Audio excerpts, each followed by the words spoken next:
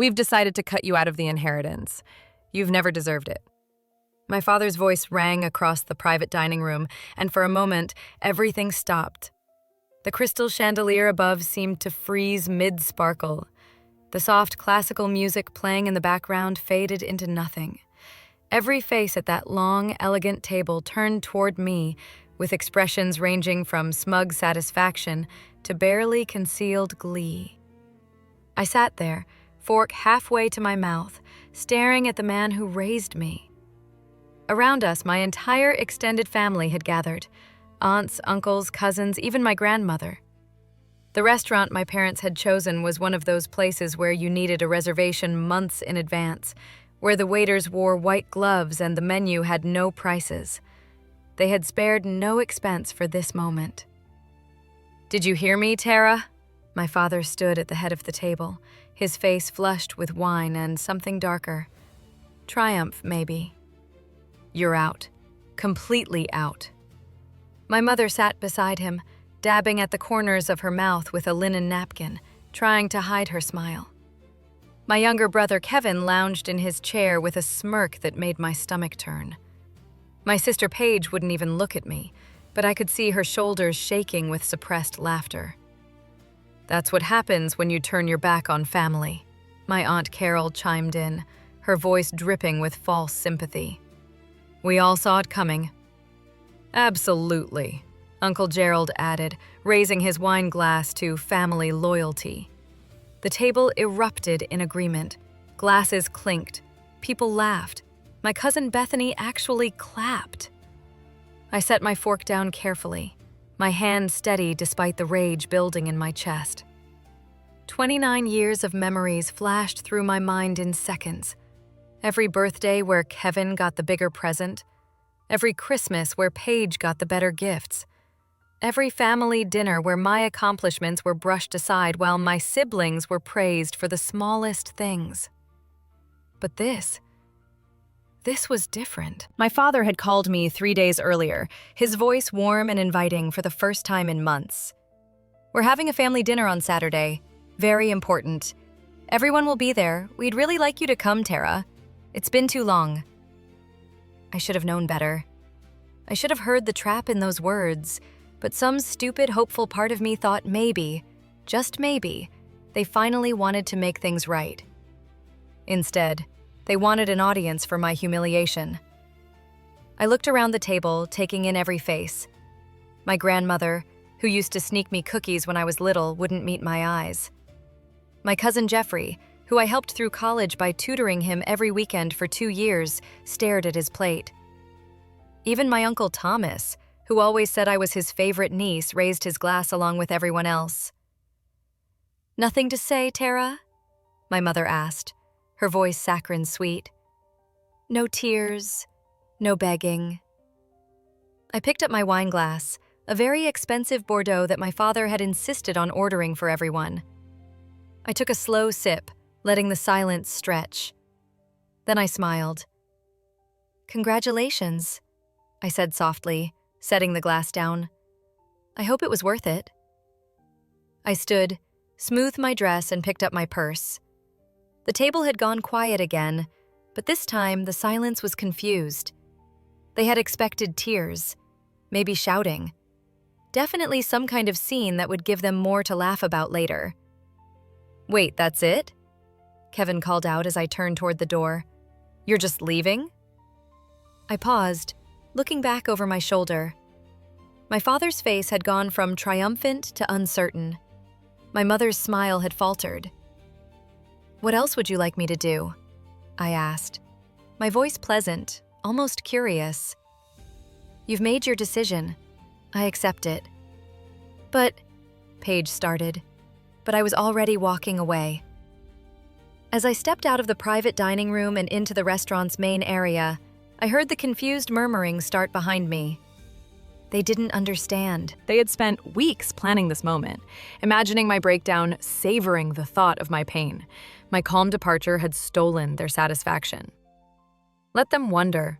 I handed my valet ticket to the attendant and waited in the cool Birmingham evening air. The restaurant was in the heart of the city's historic district, surrounded by old magnolia trees and wrought iron lampposts. It was beautiful, peaceful, a strange contrast to the ugliness I had just left behind. My phone buzzed in my purse. I pulled it out and saw a text from Kevin. "Don't think you can change Dad's mind later. This is final." I deleted it without responding. Another text, this time from Paige. "You always were dramatic." Deleted. The valet brought my car around, a modest sedan that I had bought myself, paid for with my own money from my own job. Everything I had earned, and that had always been the problem. I tipped the valet and slid behind the wheel. As I pulled away from the restaurant, I caught one last glimpse of the building in my rearview mirror. Somewhere inside, my family was probably already celebrating, already spending the money they thought they had secured by cutting me out. They had no idea what was coming. 2 days, that was all it would take. I drove home on autopilot, my mind already 3 steps ahead. The anger that had been simmering during dinner now burned with cold clarity. They wanted to humiliate me. They wanted to break me. They thought I was weak, that I would crumble under their rejection. They had forgotten who taught me to be ruthless. My apartment was in a quiet neighborhood 20 minutes from downtown Birmingham. Nothing fancy, just a 1-bedroom with enough space for me and my cat Winston. I had moved here 6 years ago when I started working at Britain Wealth Management, one of the city's most prestigious financial advisory firms. I unlocked my door and Winston immediately wound around my ankles, meowing for dinner. I fed him, poured myself a real glass of wine, not the overpriced show-off bottle my father had ordered, and sat down at my kitchen table with my laptop. The truth was, I had been expecting something like this for months. My parents had been dropping hints, making comments about family values and loyalty and knowing your place.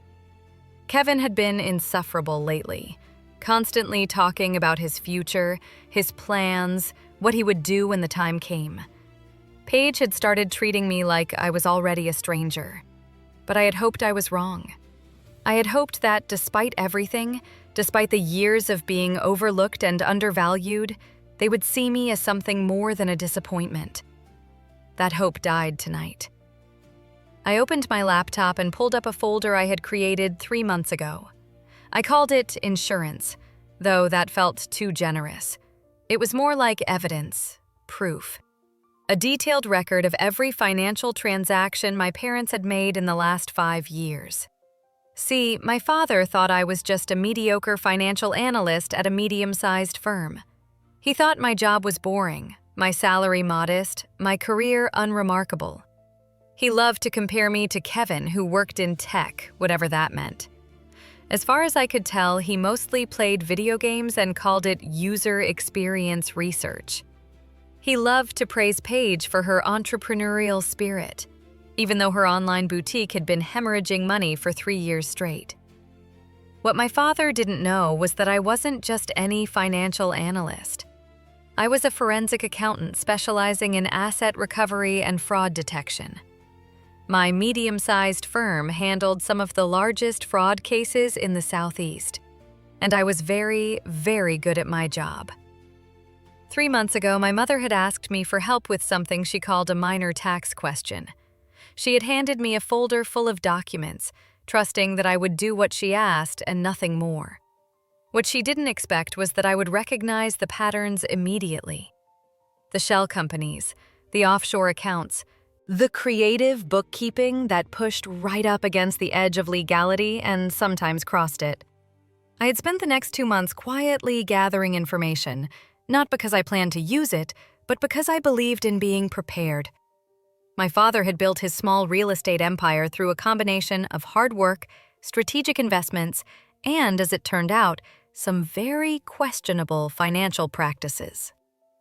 Now I sat at my kitchen table looking at spreadsheets that told a story my family didn't want anyone to know.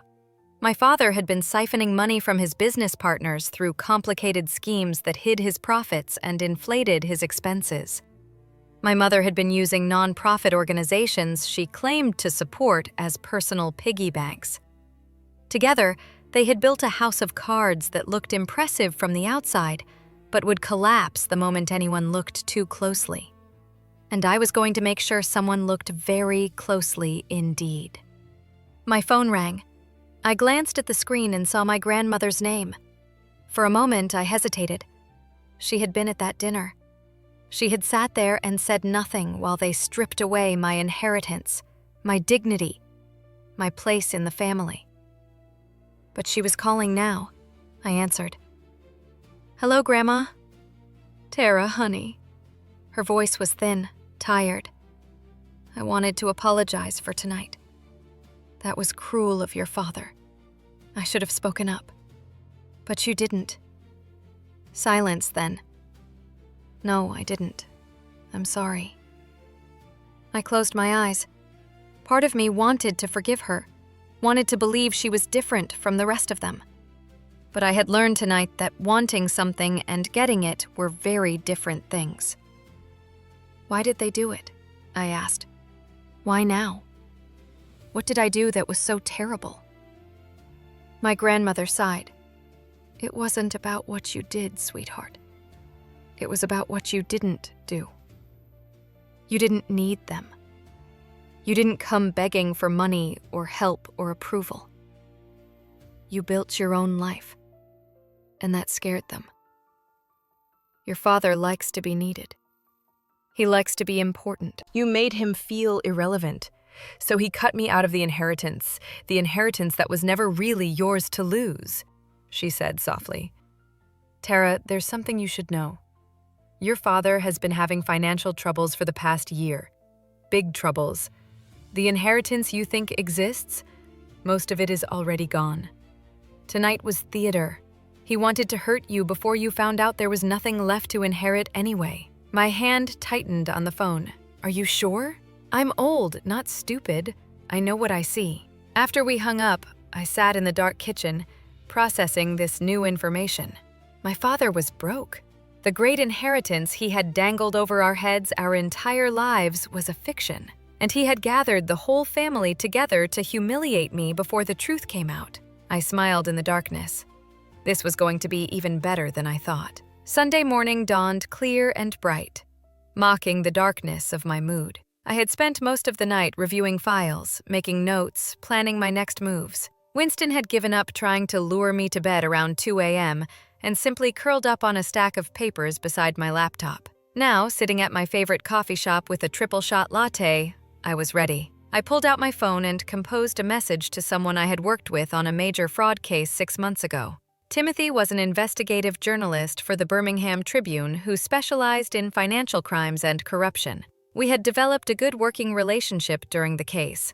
I provided the technical expertise.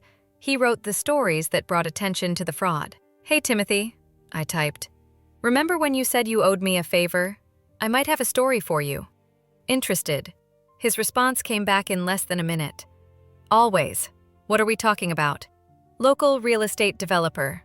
Possible fraud, embezzlement, tax evasion, multiple victims. Want to meet? When and where?" We arranged to meet Tuesday morning at his office. That gave me one more day to organize everything to make sure my case was airtight. I couldn't afford any mistakes. This had to be perfect. I spent the rest of Sunday digging deeper into my father's financial records. The more I looked, the worse it got. He had borrowed money from business partners and never paid it back. He had taken out loans using properties he didn't fully own as collateral. He had created fake companies to hide income and inflate expenses. Every transaction left a paper trail, and every trail led back to my father. My mother was complicit, of course.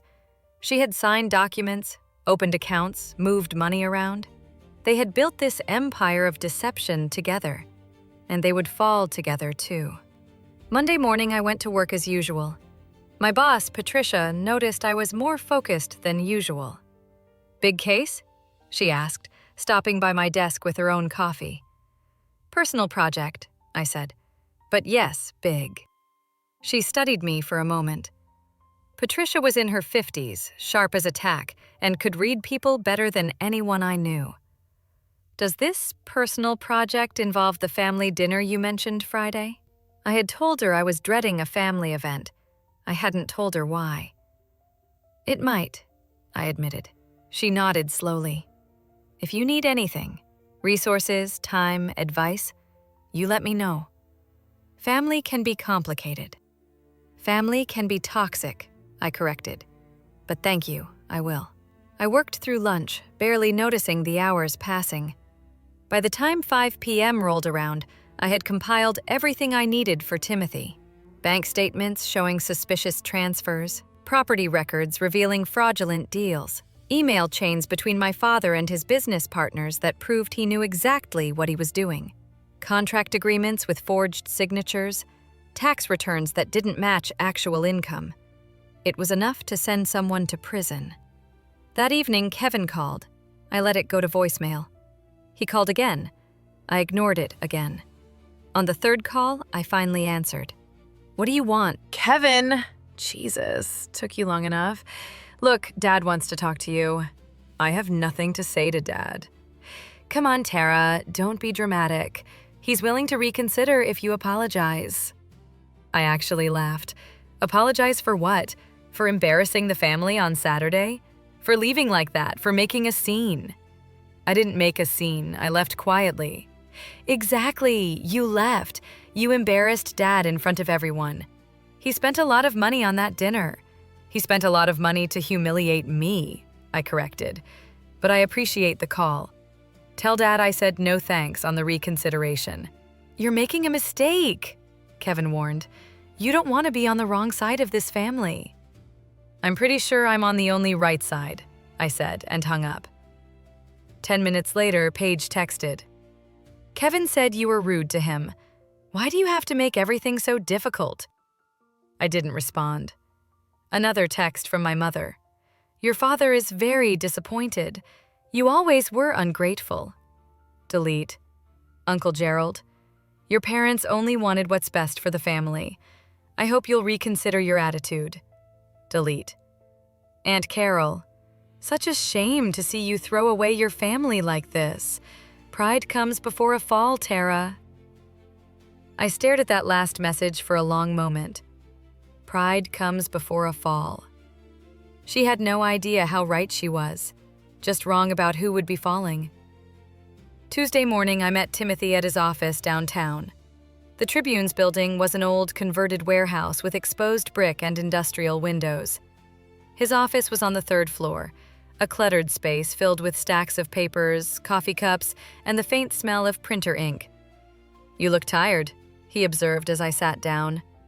Long weekend, I said, but worth it. I laid out everything I had brought, documents, spreadsheets, timelines, evidence. Timothy's eyes grew wider with each page I showed him. Holy hell, he breathed. This is massive. How long has this been going on? At least 5 years, probably longer. I only have access to the last 5 years of records and the victims. Multiple business partners who lost money, nonprofit organizations that got donations they never received, investors who bought into projects that don't exist. The list goes on. Timothy leaned back in his chair, running his hands through his hair. This could take down more than just your father. This could expose an entire network of corruption in Birmingham's real estate sector. I know, I said quietly. He looked at me carefully. These are your parents, Tara. Are you sure you want to do this? I thought about Saturday night. The laughter, the mocking, the way they had all looked at me like I was nothing, like I had never mattered. I'm sure, I said. Okay. Timothy nodded. Give me 3 days. I need to verify some of this independently, talk to sources, build the story properly. Can you wait 3 days? I smiled. I've waited 29 years. 3 more days won't kill me. Wednesday morning started like any other day, except for the nervous energy buzzing under my skin. Timothy had my information. The investigation was underway. All I had to do was wait and act normal. Acting normal proved harder than I expected. At work, I kept checking my phone, expecting updates from Timothy. None came. He was being thorough, which I appreciated, but the waiting was torture. Every hour felt like a week. Around 10 a.m., my desk phone rang. Internal call. I picked up. Tara, could you come to my office? Patricia's voice was serious. We need to talk. My stomach dropped. Had someone found out what I was doing? Had my family somehow gotten wind of my plans? I walked to Patricia's office, my mind racing through possibilities. She was sitting behind her desk, her expression unreadable. "Close the door and sit down," she said. I did. She folded her hands on her desk. "I had an interesting conversation this morning with a potential client. He called asking about you specifically. Wanted to know if you were available for a private consultation on some financial matters." "Who was it?" "He didn't give his real name, but the number traced back to your father's business." Ice ran through my veins. "He's checking up on me. That would be my guess. He asked about your qualifications, your specialty, your recent cases. I told him you were one of our best forensic accountants, and that if he wanted to hire you, he'd need to go through proper channels and fill out our intake paperwork." "What did he say?" He hung up. Patricia leaned back in her chair. "Tara, whatever you're planning, be careful. If your father is sniffing around, he might suspect something." "He doesn't suspect anything," I said more confidently than I felt. "He thinks I'm weak, insignificant. He's probably just curious about what I actually do for a living." "Maybe." Patricia didn't sound convinced, but paranoid men do dangerous things. Watch your back. I returned to my desk, my earlier confidence shaken. My father was making moves. Why? What had triggered his suspicion? My phone buzzed. A text from Kevin. "Dad wants to have lunch with you. Just you two. He says it's important." I stared at the message. This was a trap. It had to be. My father didn't do private lunches. He didn't do one-on-one conversations unless he wanted something. I texted back, "Busy all week. Maybe next month." Kevin's response was immediate. He says it can't wait. Tomorrow at noon, the Summit Club. He'll be waiting. The Summit Club was my father's favorite restaurant, the place where he conducted business and impressed clients. It was expensive, exclusive, and exactly the kind of place where he felt powerful. I didn't respond. Another text from Kevin. "He's trying to make things right, Tara. Don't be stubborn." Then one from my mother. "Your father is extending an olive branch. The least you could do is show up. And Paige, seriously, you can't even have lunch with Dad. You're so petty." They were coordinating, pushing, trying to force me into a corner. I called Timothy. "Hey," he answered. "I was just about to call you. We have a problem." My heart sank. "What kind of problem?" "Someone contacted my editor this morning. Anonymous tip that I was working on a story based on falsified documents provided by a disgruntled family member. My editor wants to see all my sources before we run anything." "They know," I whispered. "My family knows I'm coming after them." "We don't know that for sure," Timothy said. "Could be coincidence. My father called my office this morning pretending to be a client. Now he wants to meet me for lunch tomorrow. And you get an anonymous tip warning you off. That's not coincidence." Timothy was quiet for a moment. "Okay, so what do you want to do? We can still run the story, but it'll take longer to verify everything if my editor is being cautious." "How much longer?" "Maybe a week, 2 at most." "I don't have 2 weeks. I said they're circling. Whatever they're planning it now." "Then we need to be smarter," Timothy said. "Go to the lunch. See what he wants. Maybe he'll give us something we can use. Or maybe he'll try to intimidate me into backing off." "Can he?" I thought about Saturday night. The humiliation, the laughter, my entire family turning on me like I was nothing. "No," I said, "he can't." That evening, I did something I rarely did. I called my grandmother. She answered on the 3rd ring. "Tara, sweetheart, I was hoping you'd call." "Grandma, has Dad said anything about me lately? Anything unusual?" She hesitated. "He's been asking questions about your job, your finances, whether you have any connections in the media. Why?" "He suspects something." "Suspects what?" I couldn't tell her the truth. Not yet. Just that I'm not as broken as he hoped I'd be. Tara, what are you doing? What I should have done years ago? I said, standing up for myself.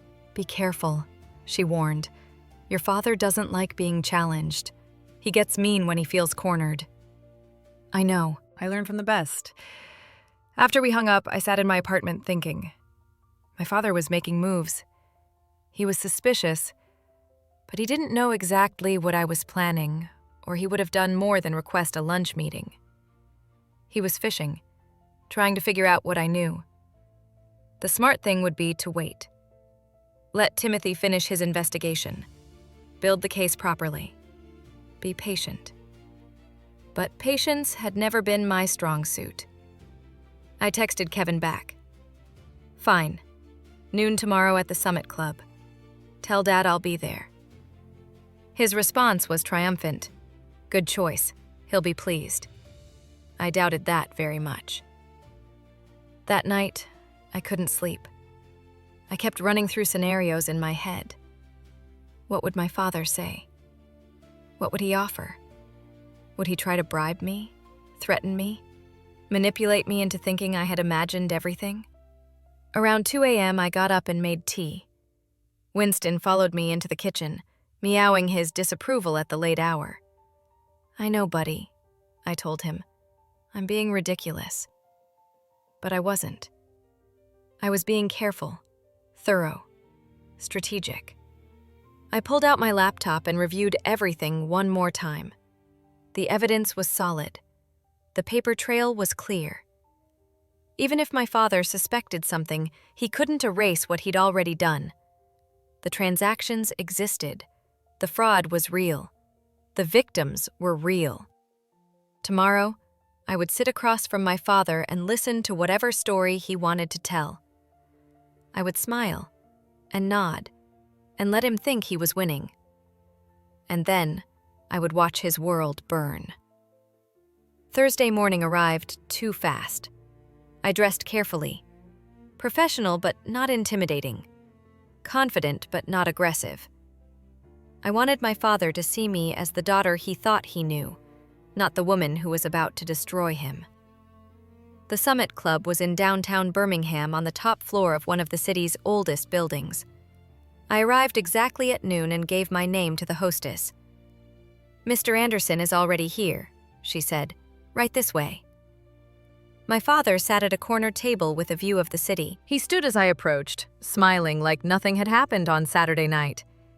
Tara, sweetheart, thank you for coming. I sat down without hugging him. What do you want, Dad? His smile faltered slightly.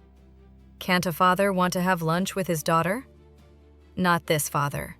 Not this daughter. Not anymore. He sighed and sat down. I suppose I deserve that. Saturday night was harsh. Your mother and I have been talking, and we think we were too hasty. Too hasty in cutting me out of the inheritance? Or too hasty in humiliating me in front of the entire family? Both, he admitted.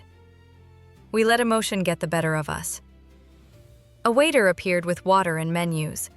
My father ordered a scotch. I ordered nothing. You're not eating? He asked after the waiter left. I'm not staying long. Say what you need to say. He studied me across the table, and I saw something flicker in his eyes. Confusion. Maybe concern. This wasn't going how he had planned. Tara, I want to make things right between us. The inheritance situation was a mistake. We're willing to reconsider. Willing to reconsider, I repeated. How generous. Don't be sarcastic. I'm trying to fix this. Why now? What changed between Saturday and today? He shifted in his seat. Your mother feels guilty. She thinks we were too harsh. Mom doesn't feel guilty about anything she does, I said. Try again. The waiter brought his scotch. My father took a long sip before answering. Fine, you want the truth? We're concerned about you. After Saturday, we expected you to call, to fight back, to do something. Instead, you just disappeared. That's not like you. You don't know what's like me, You never bothered to find out. That's not fair. Saturday night wasn't fair, I countered. Spending 29 years watching you worship Kevin and Paige while treating me like an inconvenience wasn't fair. So forgive me if I don't care about your definition of fairness. My father's jaw tightened. There was the temper I remembered from childhood. Watch your tone. I'm still your father. Biologically, yes. In every way that matters, debatable. He set his glass down hard enough that nearby diners glanced over. I don't know what's gotten into you, but this attitude needs to stop. I'm offering you a chance to come back into the family to restore your inheritance. Don't throw that away because of pride. It's not about pride, I said calmly. It's about self-respect, something I should have developed years ago. Tara, why did you call my office yesterday? The question caught him off guard. What? You called Brightit Fen Wealth Management yesterday morning, pretended to be a potential client, asked questions about me. Why? He recovered quickly. I wanted to understand what you do. Your mother and I realized we don't know much about your career. Liar. The word hung between us like a grenade. Excuse me? His voice went dangerously quiet. You're lying. You didn't call because you care about my career. You called because you're worried about something.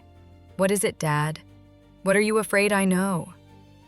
His face went carefully blank. I don't know what you're talking about. Yes, you do. We stared at each other across the table. This was the moment. I could back down, pretend I was imagining things, accept his fake olive branch.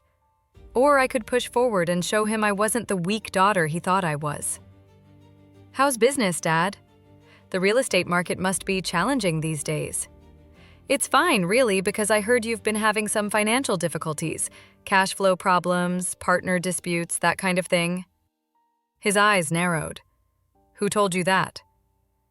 Nobody told me. I figured it out. There's nothing to figure out. My business is solid. Is it? Because from what I've seen, your business is built on fraud, embezzlement, and tax evasion. But hey, what do I know? I'm just the disappointing daughter with the boring job. The color drained from his face. What did you just say? You heard me. Tara, I don't know what kind of game you think you're playing. No game, just facts. You've been stealing from your partners for years, using fake companies to hide income, taking money from nonprofits. I have documentation of everything. He leaned forward, his voice low and threatening. You don't know what you're talking about. And if you spread rumors like that, I'll sue you for defamation so fast your head will spin. It's not defamation if it's true, and it's not rumors if I have bank statements, tax returns, and email chains proving everything. For the first time, I saw fear in my father's eyes. Real, genuine fear. You're bluffing.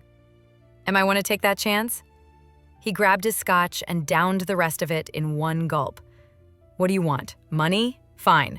I'll write you a check right now. Name your price. I don't want your money. Then what? I want you to face consequences for what you've done to me, to your partners, to everyone you've ever used and thrown away. You ungrateful little... He caught himself, glancing around at the other diners. When he spoke again, his voice was controlled, but I could hear the rage underneath. I gave you everything. A roof over your head, food on the table, and education. This is how you repay me? You gave me the bare minimum while giving Kevin and Paige the world. And now you want gratitude?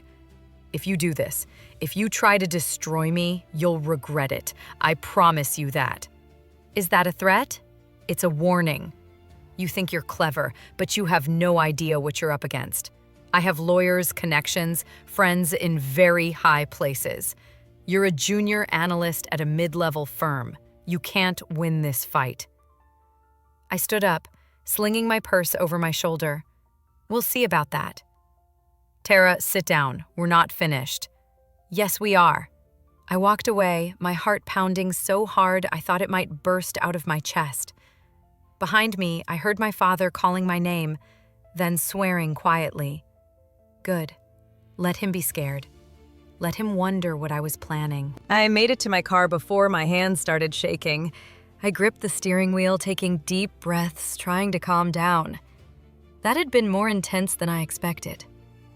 My father was scared, which meant he would fight back. This was about to get ugly. My phone rang. "Timothy, tell me you have good news," I said. "Mixed news. My editor approved the story, but he wants to hold it until we have comments from all parties involved. That means we need to contact your father for his side of the story before we publish." "When?" "Tomorrow morning. I'll email him a list of questions and give him 48 hours to respond." "He's not going to respond. He's going to lawyer up and try to kill the story." "Probably, but ethically, I have to give him the chance." I closed my eyes. "Okay, do it. And Timothy, be ready. When this breaks, it's going to get messy." "I know. Are you ready?" I thought about the lunch I just had, the look on my father's face when I confronted him, the way he had tried to threaten me, bribe me, intimidate me. "Yeah," I said. "I'm ready." That afternoon, everything changed. I was back at my desk trying to focus on work when Patricia appeared beside me again. "Conference room. Now bring your phone." Something in her voice made me move fast. I followed her to the conference room where 3 other senior partners were already waiting. "Sit down, Tara," Patricia said. I sat. "We received a call this afternoon from a law firm representing someone named Howard Anderson. They're threatening to sue our firm for defamation, harassment, and corporate espionage. They claim you've been stealing confidential information and spreading false allegations about their client." My father had made his first move.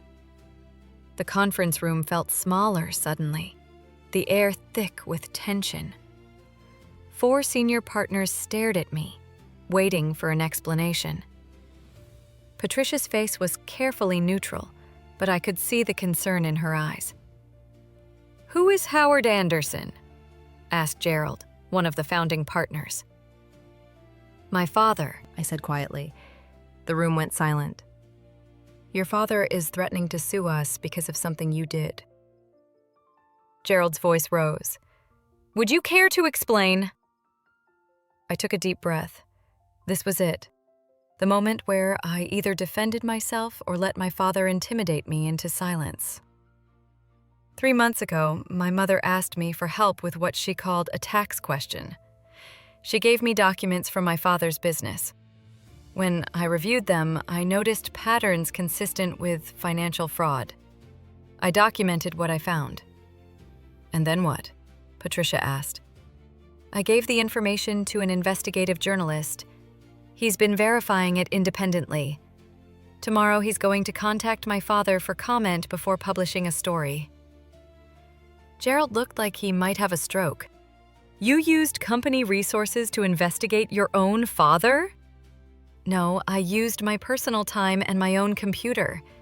The only company resource I used was my professional expertise, which I'm entitled to apply to any situation." "That's a technicality," another partner, Susan, interjected. "You're employed by this firm. Any work you do reflects on us." "The work I did uncovered legitimate fraud that victimizes multiple people and organizations. Isn't that exactly what we do here?" "Not when it involves our employees' family members." Gerald slammed his hand on the table. "Do you have any idea what kind of liability you've exposed us to?" Patricia held up a hand. "Let's all calm down. Tara, did you steal any documents?" "No. Everything I have was either given to me directly by my mother or as publicly available information." "Did you misrepresent yourself or the firm in any way during this investigation?" "No." "Did you use company time, equipment, or resources?" "No." Patricia looked at Gerald. "Then, technically, she hasn't violated any policies." "That doesn't matter." Gerald stood up, pacing. "Her father's lawyers are going to drag us through court regardless. This is a disaster. My phone buzzed. A text from Kevin. Dad's lawyer is going after your job. Hope you're happy. Another from Paige, you're destroying the family. I hope it was worth it.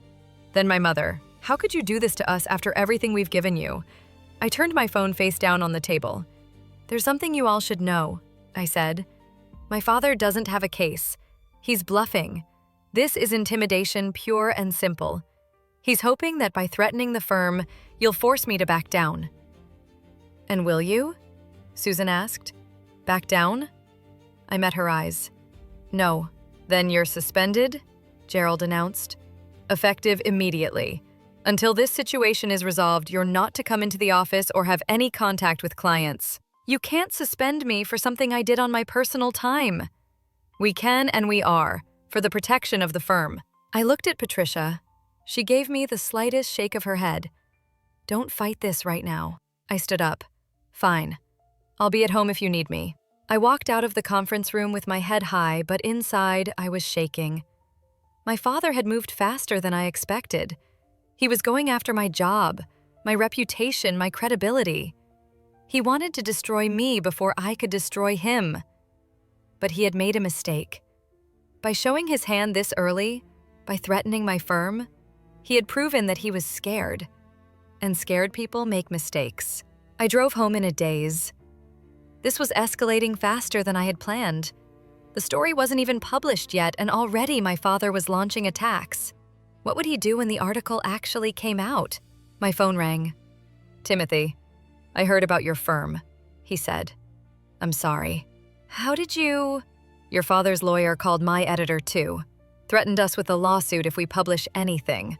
Claimed, you're a disgruntled daughter spreading malicious lies. Are you backing off? Hell no. But my editor wants to move up the timeline.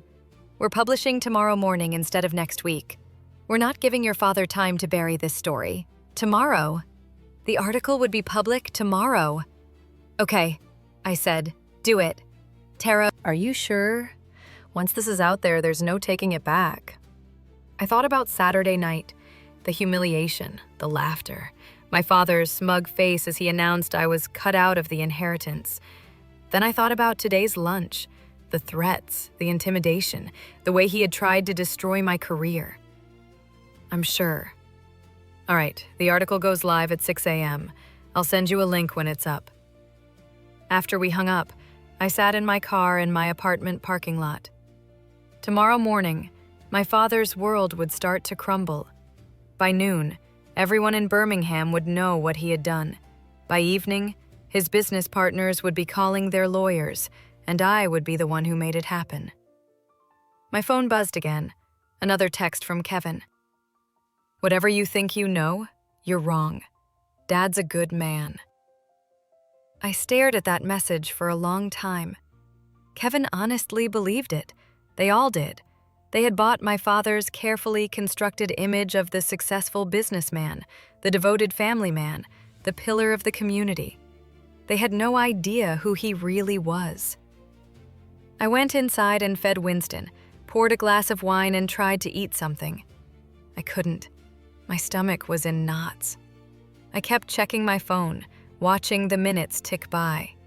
20 hours until the article published. 20 hours until everything changed.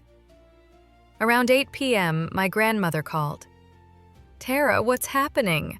Your father called me tonight, very upset. He says you've been spreading lies about him. They're not lies, Grandma. What do you mean? I told her everything. The fraud, the embezzlement, the fake companies, the stolen money. I told her about the article coming out tomorrow morning. When I finished, she was quiet for a long time. Tara, sweetheart, you need to understand something. Your father comes from a family that values loyalty above everything. What you're doing, exposing him publicly, that's the worst kind of betrayal in his eyes. He betrayed me first. He's been betraying people for years. I know, and he deserves to face consequences, but you need to be prepared for what comes next. Your father won't go down quietly. He'll fight back with everything he has. I know. And the rest of the family will take his side. They always do. I know that too. Then you also know that after tomorrow you'll be completely alone. No family, no support. Are you prepared for that? I looked around my small apartment. Winston was curled up on the couch, purring softly. My laptop sat on the kitchen table, full of evidence that would bring down my father's empire. My phone was silent now, but tomorrow it would explode with messages. Some supportive, most accusatory. Yes, I said. I'm prepared. Because the truth was, I had been alone for a long time. Saturday night just made it official. Then I'll pray for you, Grandma said softly. And Tara, for what it's worth, I'm proud of you. What you're doing takes courage. Thank you, Grandma. After we hung up, I sat in the darkness of my apartment, waiting for morning, waiting for the article, waiting for everything to fall apart. I didn't sleep that night, just watched the hours pass, my laptop open, refreshing Timothy's website every few minutes, even though I knew the article wouldn't post until 6 a.m. At 5:45, I made coffee. At 5:50, I opened my email. At 5:55, I started refreshing the Tribune's website every 30 seconds. At exactly 6 a.m., Timothy's article went live. The headline read, "Local real estate developer Howard Anderson accused of fraud, embezzlement, and tax evasion." I clicked the link and started reading. Timothy had done his job well. Every allegation was carefully documented, every claim backed by evidence. He had interviewed several of my father's former business partners who confirmed the fraud. He had obtained independent verification of the fake companies and hidden accounts. It was perfect, damning, undeniable. My phone started ringing immediately. I turned it off. This was it, the point of no return. By 7 a.m., my phone had accumulated 43 missed calls and over 100 text messages. I turned it back on just long enough to see who was trying to reach me. Kevin, 17 calls, 12 texts, all variations of, "How could you?" and "You've destroyed everything." Paige, 9 calls, 23 texts, increasingly hysterical. The last one read, "Dad's crying. Are you happy now?" My mother, 8 calls, no texts. She preferred to deliver her venom verbally. Various aunts, uncles, and cousins, too many to count, all saying roughly the same thing. I was a traitor, a liar, a disgrace to the family name. Only one message stood out, for my grandmother. The truth always comes out eventually. Stay strong. I made myself breakfast, eggs and toast that I barely tasted, and opened my laptop. The Tribune's website had exploded. Timothy's article had been shared thousands of times. The comment section was a war zone split between people defending my father and people demanding his arrest. Local news channels had picked up the story. I watched one broadcast on my laptop, seeing my father's business headquarters surrounded by reporters. The anchor spoke in serious tones about allegations of fraud in the ongoing investigation. My doorbell rang. I looked through the peephole and saw Kevin standing outside, his face red with rage. Paige stood beside him, arms crossed. I didn't open the door. Kevin pounded on it. "Tara, open up. We know you're in there." "Go away," I called through the door. "Not until you explain yourself," Paige yelled. "How could you do this to Dad, to all of us? Everything in that article is true. You know it is." "It doesn't matter if it's true," Kevin shouted. "You don't air your family's dirty laundry in public. You don't destroy your own father." "He destroyed himself. I just documented it." More pounding. "Open this door right now, Tara, or I swear." "Or what? You'll cut me out of the inheritance?" "Too late." "You'll humiliate me in front of the family." "Already done." "Face it, Kevin. You have no power over me anymore."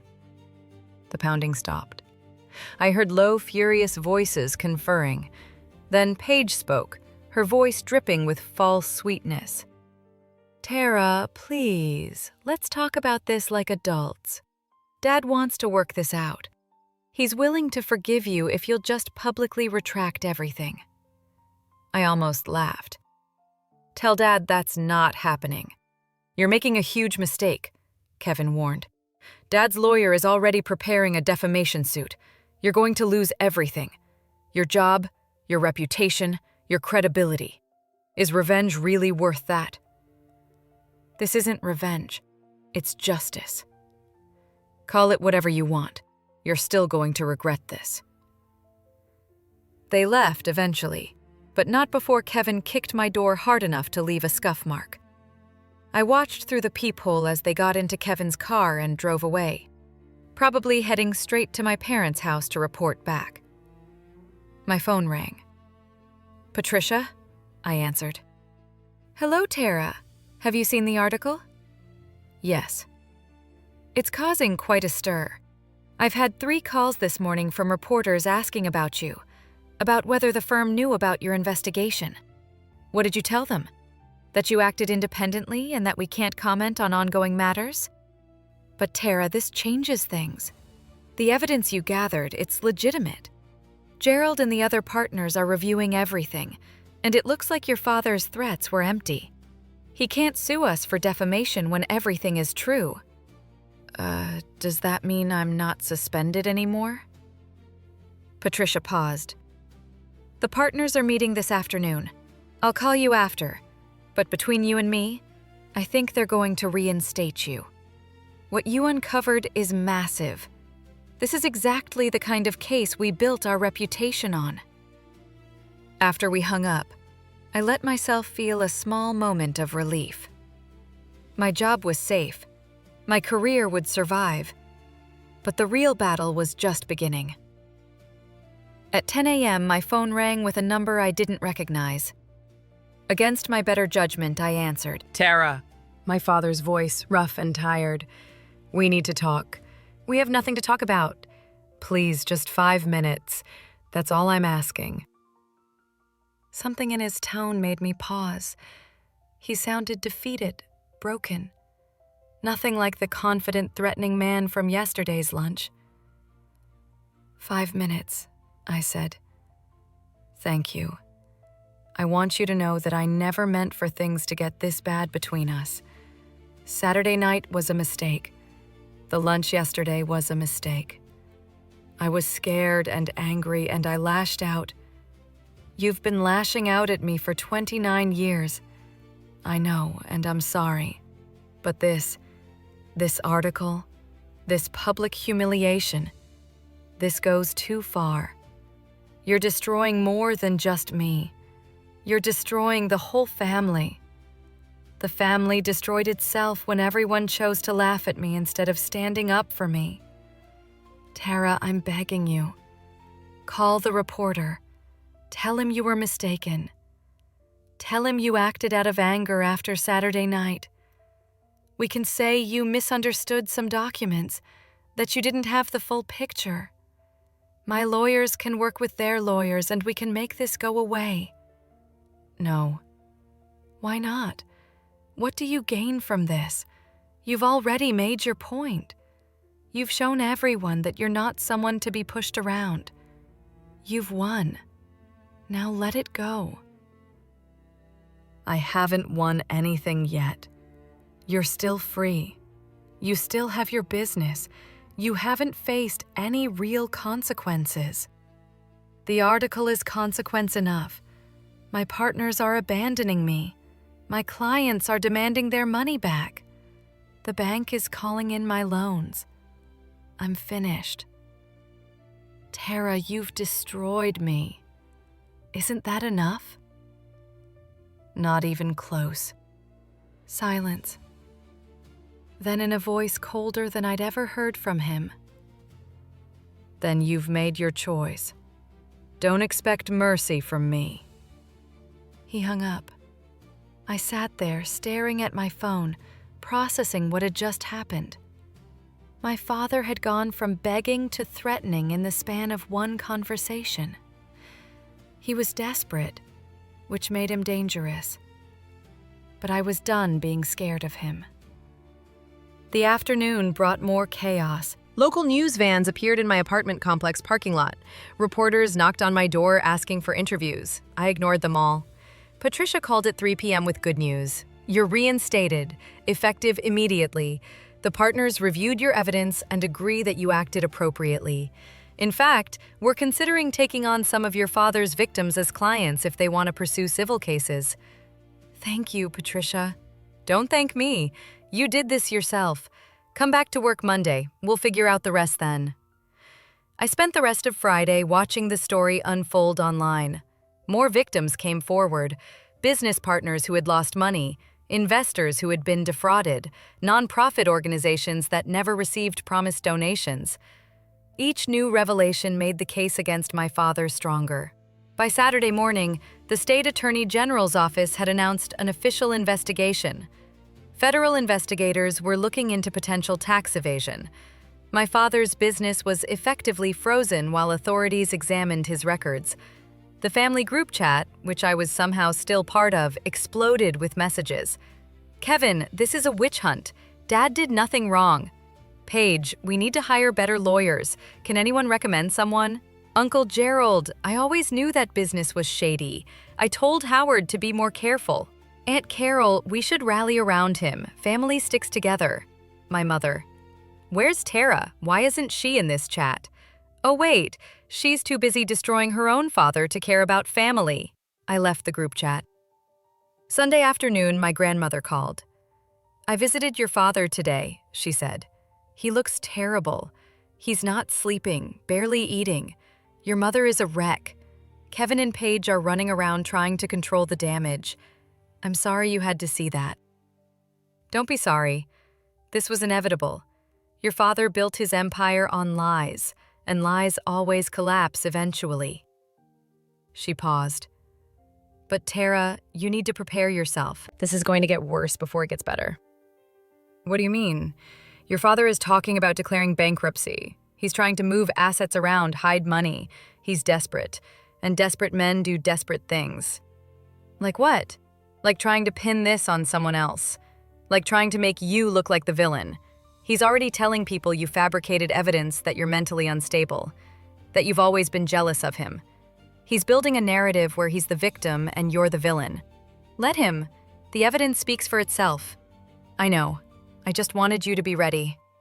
Monday morning, I returned to work. My colleagues greeted me with a mixture of curiosity and respect. Some congratulated me on the investigation. Others avoided eye contact, uncomfortable with the family drama. Patricia called me into her office mid-morning. We have 3 new clients, she said, all victims of your father's schemes. They want you specifically to work on their cases. Me? You're the expert on his financial crimes. You know his methods better than anyone. Are you comfortable with that? I thought about it. Taking on my father's victims as clients meant I would be directly involved in his downfall. It meant more confrontations, more stress, more family drama. Yes, I said. I'm comfortable with it. The first client was a man named Thomas who had invested $200,000 in one of my father's fake real estate developments.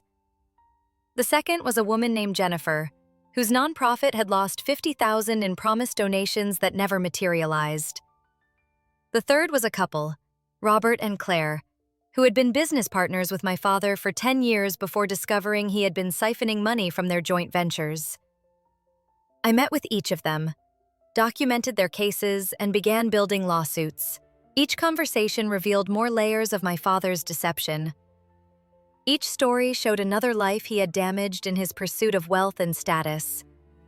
By Wednesday, my father's lawyer had filed motions to freeze all investigations, claiming prosecutorial misconduct and bias. The motions were denied.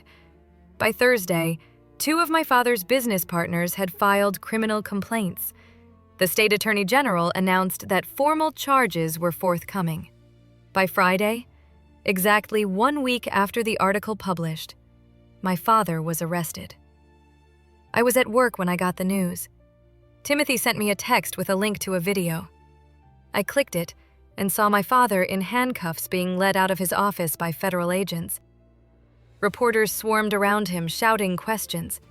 His lawyer tried to shield him from cameras. My father looked directly at one camera, his face twisted with rage and humiliation. I felt nothing. No satisfaction, no guilt, no triumph. Just a cold, empty certainty that justice was finally being served. My phone exploded with messages. "Kevin, I hope you're proud of yourself. Paige, you did this. This is your fault. My mother, you've destroyed your father. I will never forgive you."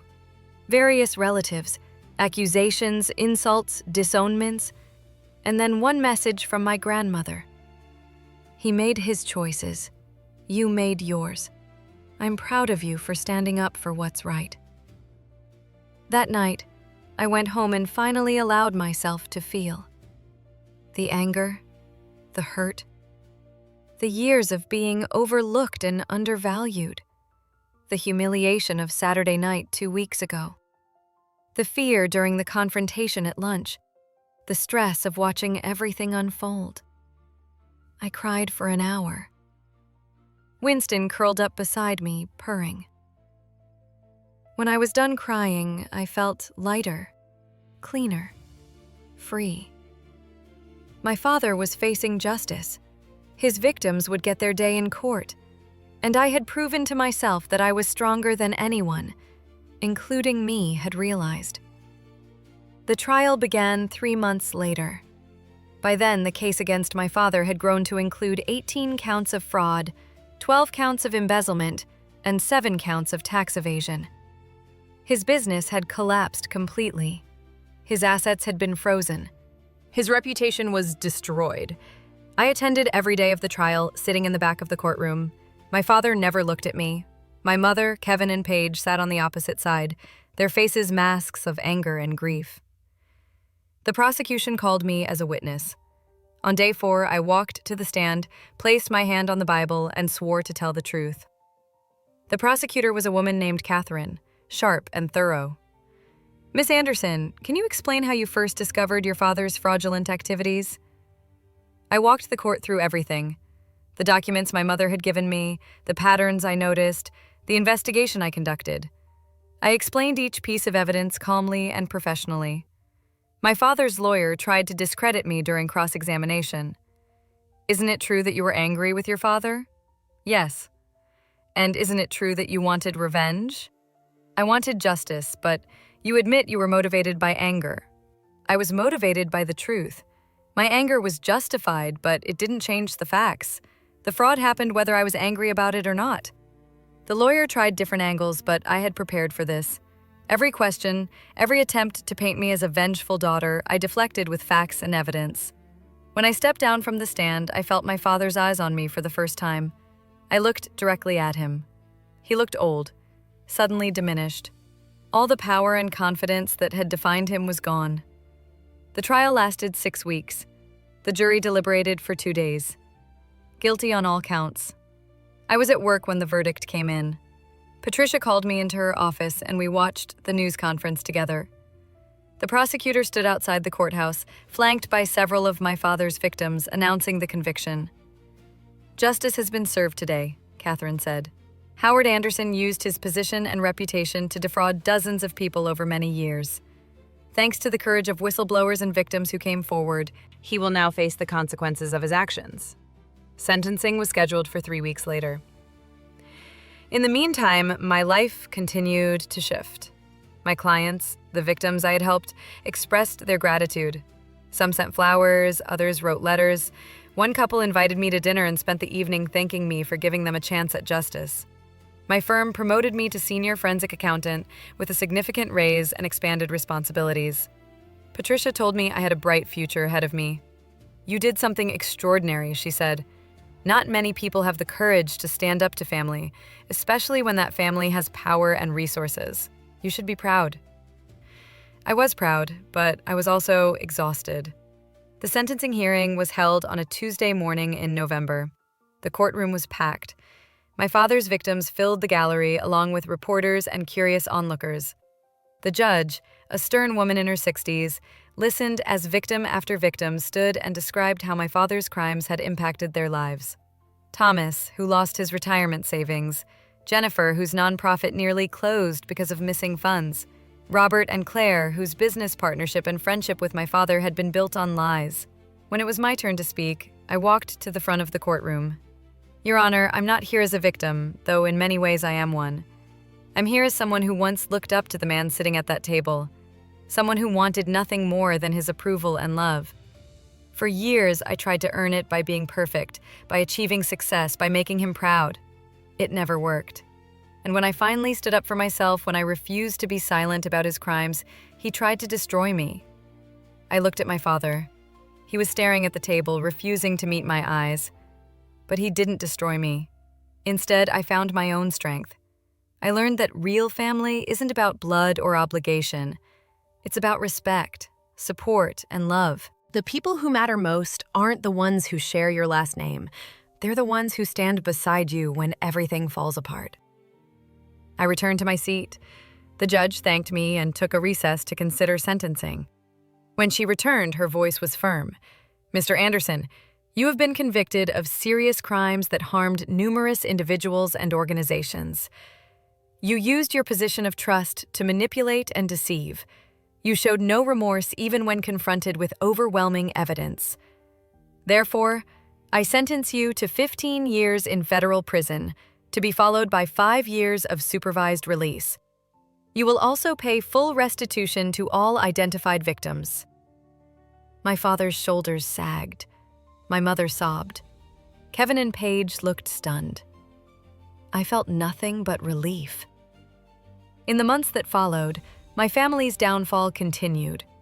My mother filed for divorce, trying to salvage what little money remained after restitution payments. Kevin lost his job when his employer discovered his connection to the scandal. Paige's boutique finally collapsed under the weight of debt she could no longer hide. My father began serving his sentence at a federal prison in Alabama. I received one letter from him, asking for forgiveness and understanding. I never responded. Kevin and Paige both tried to reconnect with me at different times, claiming they understood now that I had been right. I politely declined. Some bridges once burned should stay that way. My mother sent occasional messages through my grandmother, usually complaints about how difficult her life had become. I felt no sympathy. She had enabled my father for decades and had participated in humiliating me. She had made her choices. Only my grandmother remained a constant presence in my life. We met for lunch once a month, and she never mentioned my father unless I asked. You did what needed to be done, she told me more than once. The rest of them will have to learn to live with the consequences of their own choices. I sat in my new apartment, a bigger place in a better neighborhood that I could finally afford with my promotion, watching the sunset through floor-to-ceiling windows. Winston lounged on the couch beside me, purring contentedly. My phone buzzed with a message from Timothy. Anniversary dinner next week. 1 year since the article that changed everything. I smiled and typed back. I'll be there. 1 year. It felt like a lifetime and a moment all at once. I had lost a family but gained something more valuable. Self-respect, independence, and the knowledge that I could survive anything. Standing up for what was right had cost me more than I could have imagined that night at the family dinner. But it had also given me something priceless. The freedom to build a life on my own terms, surrounded by people who actually valued me. As I looked out at the Birmingham skyline, I thought about that moment 2 weeks after the article published, when my father was led away in handcuffs. I had felt empty then, uncertain if the price of justice was too high. Now, a year later, I knew the answer. Some revenge isn't about destruction. It's about liberation. It's about refusing to be silenced, refusing to accept injustice, refusing to let the people who hurt you continue hurting others. My father had taught me to be ruthless. He just never expected me to use those lessons against him. And that was his biggest mistake.